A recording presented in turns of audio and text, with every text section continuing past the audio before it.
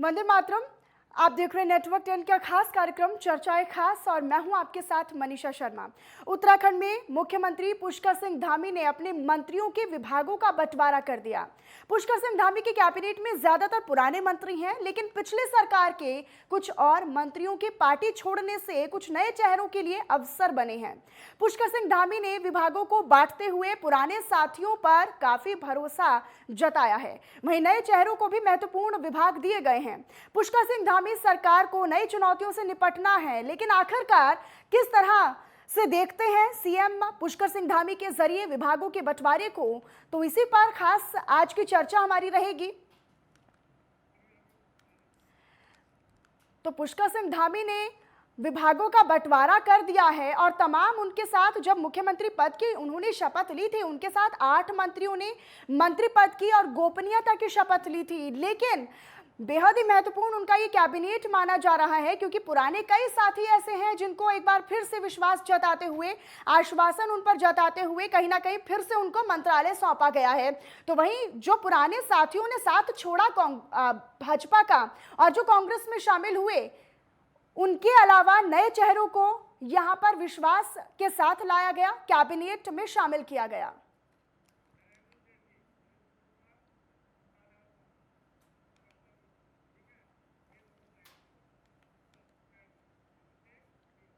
तो इसी खास चर्चा के लिए हमारे साथ हमारा खास पैनल आज जुड़ा हुआ है। नरेंद्र सेठी जी वरिष्ठ पत्रकार के तौर पर हमारे साथ जुड़े हुए हैं और उधर बीजेपी प्रवक्ता शादाब शम्स हमारे साथ जुड़े हुए हैं। सबसे पहले चर्चा की शुरुआत शादाब जी आप ही से करना चाहूंगी। देखिए, पुष्कर सिंह धामी ने कैबिनेट तैयार किया, उसका पूरा फॉर्मेट बड़े मंथन के बाद मंत्रालय सौंपा गया मंत्रियों को। ऐसे में क्या संदेश भाजपा देना चाहती है? देखिए, बहुत खूबसूरत मैंडेट उत्तराखंड की जनता ने हमें दिया और मोदी धामी सरकार के ऊपर एक बार फिर से विश्वास जताया, क्योंकि उत्तराखंड राष्ट्रवादी विचारधारा से ओत-पोत प्रदेश है और यहाँ ये माना जाता है कि उत्तराखंड सैन्य प्रदेश भी है, यहाँ 4 धाम भी हैं। हमारी विचारधारा का एक मुख्य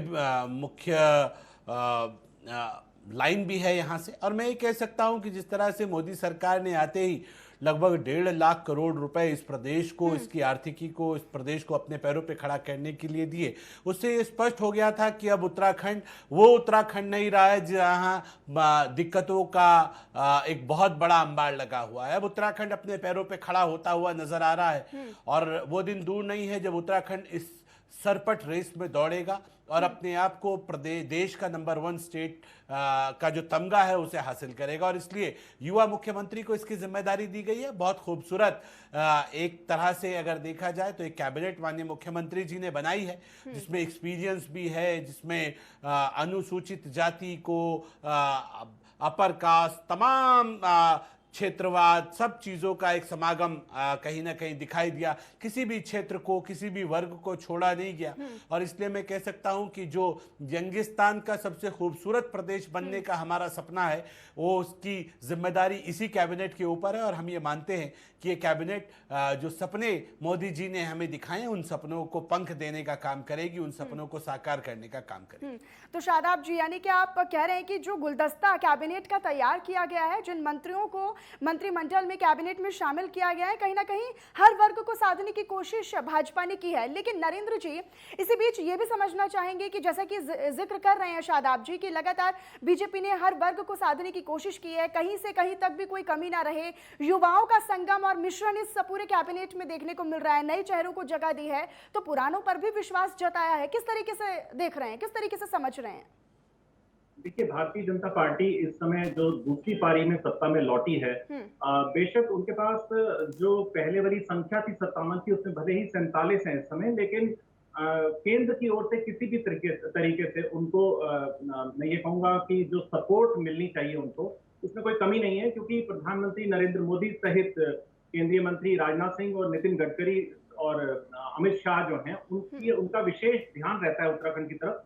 और उनका पूरा ये भरसक प्रयास है कि किसी तरीके से इसको मॉडल स्टेट के रूप में डेवलप किया जाए। और जो नया मंत्रिमंडल गठित हुआ है, उसमें युवाओं को भी जगह मिली है। कुछ पुराने जो साथी छोड़ के चले गए थे पार्टी को, तो उनके स्थान रिक्त भी थे और अभी भी 3 स्थान रिक्त हैं मंत्रिमंडल में। और जिस तरीके से पुष्कर धामी ने कमान संभाली है, तो जिस तरीके से भरोसा जताया है केंद्रीय नेतृत्व ने धामी पर, तो उससे ये स्पष्ट प्रतीत होता है। और उन्होंने देखिए अपने पास आपदा प्रबंधन और खनन जैसे विभाग भी रखे हैं, जो कि बहुत जिम्मेदारी के होते हैं और जिन पर कि अक्सर विपक्ष उंगली उठाता है, तो किसी तरीके से कोई विवादों का केंद्र न रहे और कोई आलोचनाओं के केंद्र बिंदु में न रहे। तो उन्होंने इन विभागों को अपने पास रखे एक संदेश दिया है कि जिम्मेदारी और जवाबदेही जो है पुष्कर धामी की स्वयं की होगी। तो ये एक कड़ा संदेश भी है और आगे देखना यह है कि इनकी जो पूरी टीम है, जो 47 कहने को तो चलिए 8 विधायकों को अभी मंत्री पद दिए गए हैं, लेकिन जो शेष 39 हैं, मैं उनको भी ये मानता हूं कि भाजपा अगर चाहे तो प्रत्येक विधायक को अपने क्षेत्र में, जो कि एक सरकार का प्रतिनिधि होता है, तो किसी भी तरीके से कोई विकास कार्य उनका बाधित ना हो। और इस बार वो ये करके दिखाएं कि गैरसैंण का जो उनका संकल्प है राजधानी का, ग्रीष्मकालीन राजधानी का, तो उस संकल्प को प्रत्येक विधायक ये करके दिखाए कि अपने विधानसभा क्षेत्र में रहकर वो ये संदेश दे कि हम जनता के साथ उसी तरीके से जुड़े हैं जैसे चुनाव से पहले जुड़े थे। और कहीं ना कहीं जिस तरीके से नरेंद्र जी विश्वास और भरोसा सरकार की तरफ जनता ने जताया है, वो बेहद ही कहीं ना कहीं और ज्यादा चुनौतियां खड़ी करता है सरकार के लिए कि आने वाले वक्त में सरकार को और मजबूती के साथ और एक अच्छे नेतृत्व के साथ राज्य में काम करना होगा और जनता के लिए काम करना होगा। लेकिन इसी बीच शम्स शादाब जी, जिस तरीके से अभी जिक्र किया नरेंद्र जी ने कि पूरा संगम बिठाया है और कहीं ना कहीं पूरा जो कैबिनेट है, पूरी देख रेख और मंथन के बाद पूरा सेट किया गया है और पूरे मंथन के बाद ही एक एक मंत्रालय सौंपा गया है। लेकिन जैसा कि लगातार हम जिक्र कर रहे हैं, नरेंद्र जी ने भी इस बातों का जिक्र किया कि जो भारी विभाग हैं, अगर हम सूचना विभाग की बात कर लेते हैं और या फिर सतर्कता विभाग की बात कर लेते हैं, तो ऐसे तमाम जो महत्वपूर्ण विभाग हैं वो सीएम पुष्कर सिंह धामी ने खुद अपने पास रखे हैं। क्या सरकार, बीजेपी की सरकार पारदर्शिता दिखाने की कोशिश में है? क्या पारदर्शिता का जो संदेश है वो जनता के बीच में जाए, ट्रांसपेरेंसी नजर आए और किसी तरह की कोई छूट या फिर किसी तरह की कोई लापरवाही ना बरती जाए, इसका सख्त संदेश भाजपा देना चाह रही है? देखिए मनीषा, इसमें कोई शक नहीं है, जो नरेंद्र भाई कह रहे थे मैं सहमत हूँ। बड़ी जिम्मेदारी हमारे ऊपर प्रदेश की जनता ने दी है, क्योंकि जीत भी बड़ी हुई है तो जिम्मेदारी भी बड़ी है। उनकी उम्मीदों के ऊपर, उनकी आकांक्षाओं के ऊपर खरा उतरना हमारे लिए एक बड़ा चैलेंज रहेगा। और इसलिए मैं कह सकता हूं कि माननीय मुख्यमंत्री जी ने, चाहे वो स्वास्थ्य का क्षेत्र हो, क्योंकि हम सब जानते हैं कि अभी कोरोना गया नहीं है और हमने जो हमारे छोटे बच्चे हैं उन्हें पूरी तरह से वैक्सीनेटेड करना है।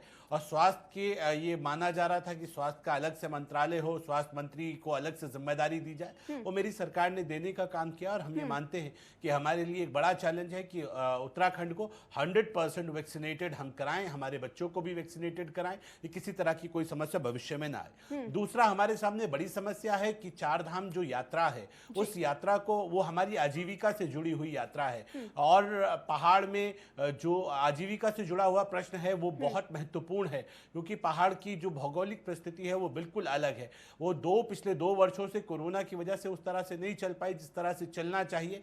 उसे सफल यात्रा चलाना, अपने पहाड़ की आजीविका को, पहाड़ के लोगों को दोबारा से उनके पैरों पे खड़ा करना, ये एक बहुत बड़ा चैलेंज हमारे सामने है, माननीय मुख्यमंत्री जी के सामने। और हमें पूरी उम्मीद है कि हम इस चैलेंज को भी बहुत ईमानदारी के साथ पूरा करेंगे। तीसरा बड़ा चैलेंज हमारे सामने बेरोजगारी का है कि हमने कहा है युवाओं के लिए हम अच्छे अवसर देंगे, पहाड़ का पानी, पहाड़ की जवानी पहाड़ के काम आएगी, इसलिए हमने पर्यटन को उद्योग का दर्जा दिया है। और हम ये मानते हैं कि बहुत ईमानदारी के साथ जो होम स्टे योजना हो, चाहे वो एडवेंचर स्पोर्ट्स का मामला हो, हम उस फील्ड में बहुत बड़ा काम करने जा रहे हैं। और हम ये मानते हैं कि उत्तराखंड वो प्रदेश बनेगा जो हिंदुस्तान का नंबर 1 प्रदेश बनेगा, क्योंकि हम स्विट्जरलैंड से ज्यादा खूबसूरत हैं। हमारे यहाँ लोग आना चाहते हैं, हमारे यहाँ चारों धाम हैं, हम 125 करोड़ सनातन धर्म के मानने वालों की आस्था का केंद्र है। हमारे यहाँ बाबा केदारनाथ, बाबा बद्रीनाथ, यमुनोत्री, गंगोत्री धाम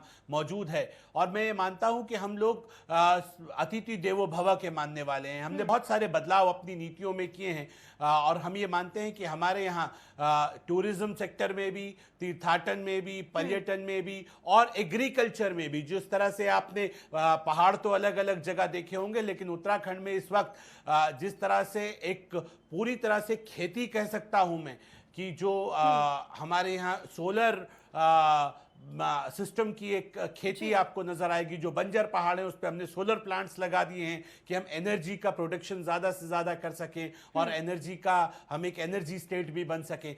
देश के प्रधानमंत्री ने हमें पानी को संजोने की जिम्मेदारी दी है कि देश के किसानों को पानी की कमी ना हो, उसका जो पानी को रोकना, पानी को उनके वक्त पे खेतों को पानी मुहैया कराना, पीने का पानी अच्छा उपलब्ध कराना, उसमें जल संचय की जिम्मेदारी देश की सरकारों ने हमें यानी शादाब जी, अब बीजेपी भी पूरी चुनौतियों पर खरा उतरने की पूरी प्लानिंग और पूरी तैयारी के साथ इस बार वापसी कर चुकी है। जाहिर तौर पर जब सरकार का दूसरी बार गठन हुआ है और भारी बहुमत भी जनता ने सरकार को दिया है, भाजपा पर विश्वास और आश्वासन जताया है, तो जाहिर तौर पर जो चुनौतियां हैं, जो चैलेंजेस हैं, वो भी बढ़ चढ़ जाते हैं और ऐसे में सरकार की तरफ से यानी कि पूरी तैयारी है। इंद्रेश कोहली जी राजनीतिक विश्लेषक हैं, वो भी हमारे साथ जुड़े हुए हैं। लेकिन इंद्रेश जी, जिस तरीके से हम लगातार जिक्र कर रहे हैं कि एक गुलदस्ता तैयार किया है, उसमें युवाओं की सोच और युवाओं का मिश्रण जो है वो भी अब तैयार किया गया है। कुछ पुराने चेहरों पर एक बार फिर से विश्वास जताया है, तो कुछ नए चेहरों को भी मौका दिया है। ऐसे में आप किस तरीके से इस पूरे कैबिनेट को समझ पा रहे हैं? जो 8 मंत्रालय दिए गए हैं 8 मंत्रियों को, किस तरीके से देख रहे हैं? क्योंकि चुनौतियां भरपूर हैं आने वाले समय में उत्तराखंड राज्य के लिए। देखिए मुझे जी, ये एक बहुत अच्छा मौका दिया है जनता ने दोबारा बीजेपी को प्रदेश में विकास के लिए काफी हद तक विश्वास जताया है। इस विश्वास पर खरा उतरने का बीजेपी को पूरी तरह से प्रयास करना चाहिए। प्रयास क्या करना चाहिए? सफलतापूर्वक करके दिखाना चाहिए। क्योंकि एक तरफ अगर भाजपा ये सोचती है कि हम लोग बहुमत से आए हैं, तो दूसरी तरफ ये भी है कि कुछ सीटें भी कम हुई हैं, कई सीटें कम हुई हैं पार्टी की। तो ऐसे में इस बात पर भी गौर करना जरूरी है कि ये आंकड़ा ज्यादा बढ़ ना जाए अगली बार। इसके लिए जो कमियां हैं या जो पिछली मर्तबा पूरी नहीं हो पाई या जिन मुद्दों को कांग्रेस ने उठाया, वो ऐसे मुद्दे बचे ही ना रह सके। पूरी तरह से विकास के काम होने चाहिए, केवल कागजों में या बयानबाजी या भाषण नहीं होने चाहिए। एक एक मंत्री की जिम्मेदारी तय कर दी जानी चाहिए। जैसे भी विभाग बांटे हैं, तो जिम्मेदारी भी तय होनी चाहिए कि ये काम अगर शुरू किया गया है तो ये पूरा हुआ या नहीं हुआ। मोदी जी ने जब अपना पहला चुनाव लड़ा था देश में, प्रधानमंत्री जब बन के आए थे, तो उन्होंने कहा था अगली बार आप मेरा रिपोर्ट कार्ड देखिए। तो ऐसे ही इस पार्टी को, जो मोदी जी की भी भक्त है पूरी तरह से, भाजपा को चाहिए कि अपना रिपोर्ट कार्ड जनता के लिए तैयार करे, ताकि अगली बार और जोर शोर से पार्टी जीत करके आए, भाजपा जीत करके आए। जो मुद्दे अभी हैं, जो मुश्किलें अभी हैं प्रदेश में, जो विकास के काम अभी बचे हैं, वो ना के बराबर मुश्किलें हो जाएं और विकास बढ़ जाए। इस पर पूरा ध्यान देने की जरूरत है। और जो ठीक, लेकिन जिस तरीके से शादाब जी, इंद्रेश कोहली जी लगातार जिक्र कर रहे हैं कि कई चुनौतियां हैं और कई ऐसे बिंदु और फैक्टर्स हैं जिन पर ध्यान देने की ज़रूरत है और उनका समीकरण बिठाकर ही आगे काम करने की ज़रूरत रहेगी।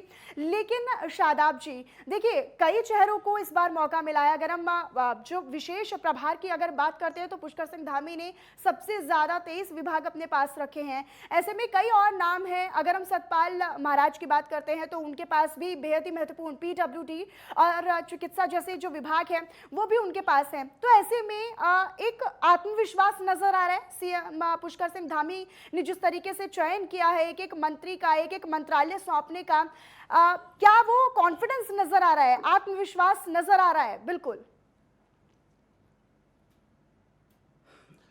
देखिए मनीषा, बहुत युवा मुख्यमंत्री बहुत सधे हुए कदमों से चल रहे हैं और मैं उनकी तारीफ इसलिए कर रहा हूं क्योंकि हमने देखा चुनाव से पहले जब वो उन्हें जिम्मेदारी दी गई, कैसे विपक्ष के नेता विरोध के लिए जब विधानसभा की वेल में बैठे और वो किस तरह से आए, उन दोनों विधायकों को उठाया कांग्रेस के और गले लगाया, कहा आपको बैठने की आवश्यकता नहीं है, आप मेरे मित्र हैं, आइए आपकी जो समस्या है मैं उसका निदान करूंगा। विपक्ष को सम्मान देना, विपक्ष की बातों को गंभीरता से रखना, मीडिया के जो वरिष्ठ पत्रकार हैं, जो सीनियर जर्नलिस्ट हैं, वो अगर हमारी निंदा कर रहे हैं, हम उन्हें पॉजिटिव वे में उसे लेना। हम बहुत सधे हुए राजनीति की तरह मेरे मुख्यमंत्री चल रहे हैं और मुझे उम्मीद है कि हम सबका साथ लेके, सबका साथ, सबका विकास और सबका विश्वास के नारे के साथ इस नारे को चरितार्थ करेंगे देवभूमि उत्तराखंड में और सबको साथ लेके चलने का काम करेंगे। मेरे युवा मुख्यमंत्री ने कहा है कि हम विपक्ष को भी चाहते हैं कि विपक्ष एक मजबूत आवाज बन के,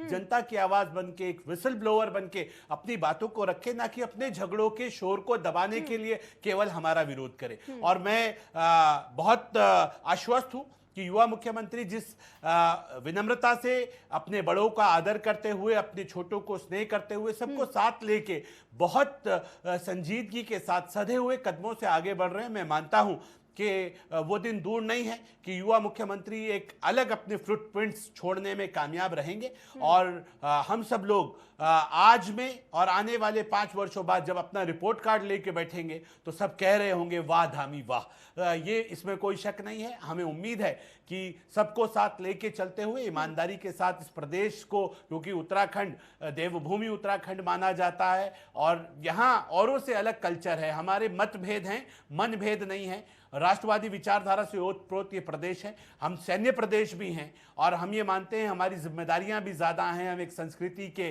ध्वजवाहक बनकर मोदी जी के पीछे पीछे चलने के लिए तैयार बैठे हैं और ये मानते हैं कि जिस जिम्मेदारी को मोदी जी पूरे विश्व में आगे बढ़ा रहे हैं, हम भी उनके पीछे पीछे ईमानदारी से चलते रहें और जो हमने भारत को विश्व गुरु बनने का सपना संजोया है, उस सपने को साकार करने में उत्तराखंड अपनी बड़ी भूमिका निभाएगा। ही यही है कि जब विपक्ष मजबूत रहेगा तो सरकार के सामने चुनौतियां रहेंगी, चैलेंजेस रहेंगे और वो और बेहतर तरीके से, सरल तरीके से और सजग तरीके से जनता को सर्व कर पाएगी और उनके प्रति और समर्पित हो पाएगी। लेकिन नरेंद्र सेठी जी, क्या पूरे कैबिनेट में जिस तरीके से हम बार बार जिक्र कर रहे हैं, गुलदस्ता तैयार किया गया, लंबा दौर चला मंथन का, हालांकि विधायक दल की बैठक के बाद का वो मुझे एक दृश्य याद आ रहा है जब बहुत ही कॉन्फिडेंस लेवल पुष्कर सिंह धामी का था और उन्हें ये सुनिश्चित था कि हाँ वही अब दावेदार होंगे सीएम पद के, और जैसा कि हुआ भी, और वही कॉन्फिडेंस उनका कैबिनेट को लेकर भी नजर आ रहा है। क्या ये कैबिनेट 2024 के विजन को लेकर तैयार किया गया है? क्या नजर आ रहा है? देखिए मनीषा, 2024 के विजन को लेकर तो एजेंडा पार्टी का काफी हद तक स्पष्ट ही है, लेकिन हम पहले कैबिनेट की बात करें तो देखिए वो किसी भी तरीके से इस तरीके का कोई कदम नहीं उठाना चाहते इस समय पुष्कर धामी, क्योंकि अगर देरी हुई है किसी चीज में, मान लीजिए पोर्टफोलियो घोषित होने में या किसी में भी, तो उन्होंने बहुत ही सौम्यता से उसको सबको साथ लेकर चलने की कोशिश की है, क्योंकि स्वाभाविक है कि भारतीय जनता पार्टी में जब तक कि नाम का चयन नहीं हुआ था तब तक कई मुख्यमंत्री पद के दावेदार थे और उनकी हसरतें थी। उन हसरतों में सतपाल महाराज भी एक थे। तो लेकिन बड़ी शालीनता और सजगता से उन्होंने अपना दायित्व और अपना पोर्टफोलियो संभाल लिया। उनको एक अच्छा पीडब्ल्यूडी पोर्टफोलियो मिला है। और लेकिन इन सब के अलावा मैं आपको बताऊं कि उत्तराखंड जितना खूबसूरत प्रदेश है, तो 8 क्या यहाँ पे तो अगर 47 विधायक भी जुट जाएं तो भी वो कम पड़ जाएंगे और अपना काम करने के लिए अपने अपने क्षेत्रों में, क्योंकि यहाँ पे धरती पर अगर स्वर्ग जैसे कश्मीर के लिए कहा जाता है, इसी तरीके से अगर उत्तराखंड को भी दूसरा स्वर्ग कहा जाए तो इसमें कोई अतिशयोक्ति नहीं होगी। और आप ये देखिए कि यहाँ पे ऑली वर्ल्ड स्कीइंग सेंटर है, चारधाम जैसे शादाब जी ने बताया और इंद्रेश जी ने बड़े सारगर्भित तरीके से पूरे प्रदेश का और यहाँ का पूरा वर्णन किया। तो जिस तरीके की यहाँ की नेचुरल लैंडस्केपिंग है, तो ये प्रकृति की तरफ से एक तोहफा है यहाँ के लिए। तो उस तोहफे को हम किस तरीके से उसको इस्तेमाल करते हैं और किस तरीके से हम उसको प्रदर्शित करते हैं, शोकाज करते हैं हम पूरे देश के नागरिकों के सामने। तो और सौभाग्यवश उत्तर प्रदेश में, उत्तराखंड में और केंद्र में तीनों जगह भारतीय जनता पार्टी की सरकार है और इसका लाभ अगर तब भी नहीं मिल पाता प्रदेश की जनता को, तो मुझे लगता है कि इसमें फिर विपक्ष को अपनी भूमिका सही ढंग से निभाने की आवश्यकता है, क्योंकि हर बात पे विपक्ष विरोध करे और सजगता से अपनी बात को रखे और सचेत करती रहे सत्ता दल को, लेकिन हर बात पे विरोध करना ये विपक्ष का काम नहीं होना चाहिए और विपक्ष एक सजग विपक्ष के रूप में रहे। कहीं ना कहीं जो विपक्ष और प्रतिपक्ष है, कहीं ना कहीं उनकी लड़ाई में और उनकी जंग में, उनकी कलह के बीच में जनता पिसती है और वो चूंकि होना नहीं चाहिए।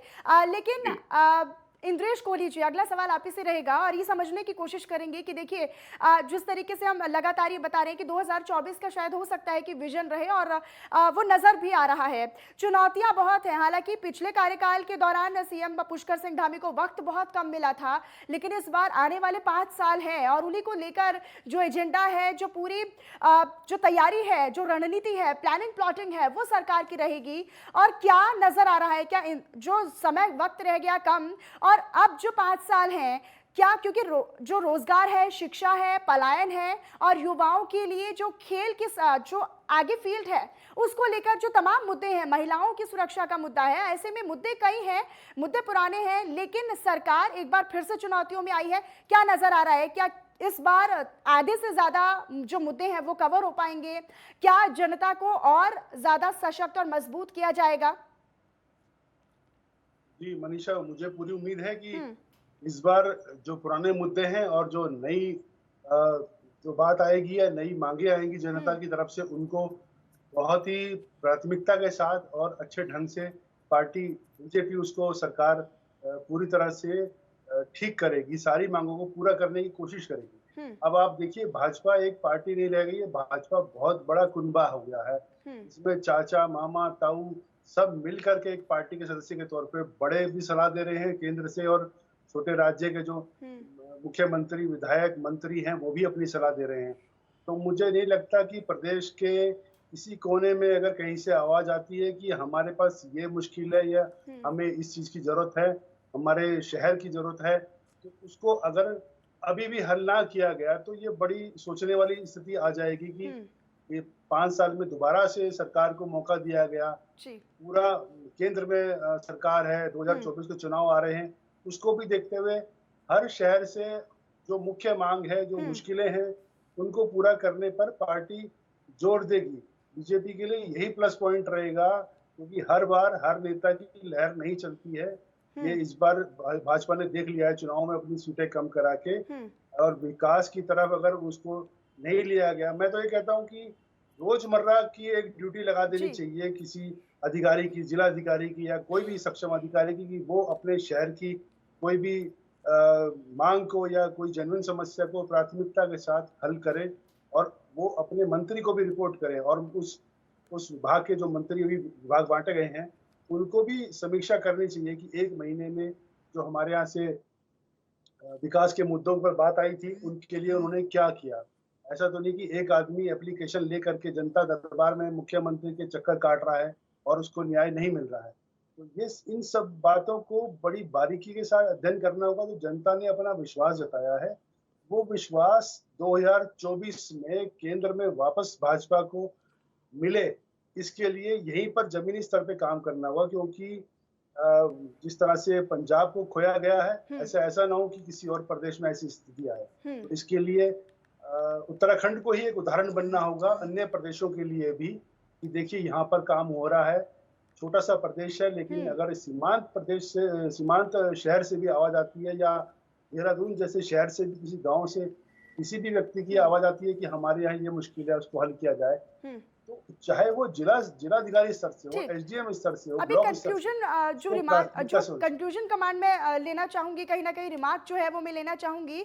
शादाब जी हमारे साथ लगातार बने हुए हैं। शादाब जी, आपके हिसाब से नई सरकार की चुनौतियां क्या रहेंगी? क्योंकि नई सरकार का गठन है, हालांकि विचारधारा वही पुरानी है और मंत्री भी वही पुराने हैं, सीएम भी पुराने हैं, लेकिन कहीं ना कहीं चुनौतियां अब आने वाले वक्त में और मजबूत हो जाएंगी और कड़ी चुनौतियां रहेंगी। एक छोटा सा रिमार्क आपके तरफ से, क्या चुनौतियां हैं, किस तरीके से पार पाया जाएगा?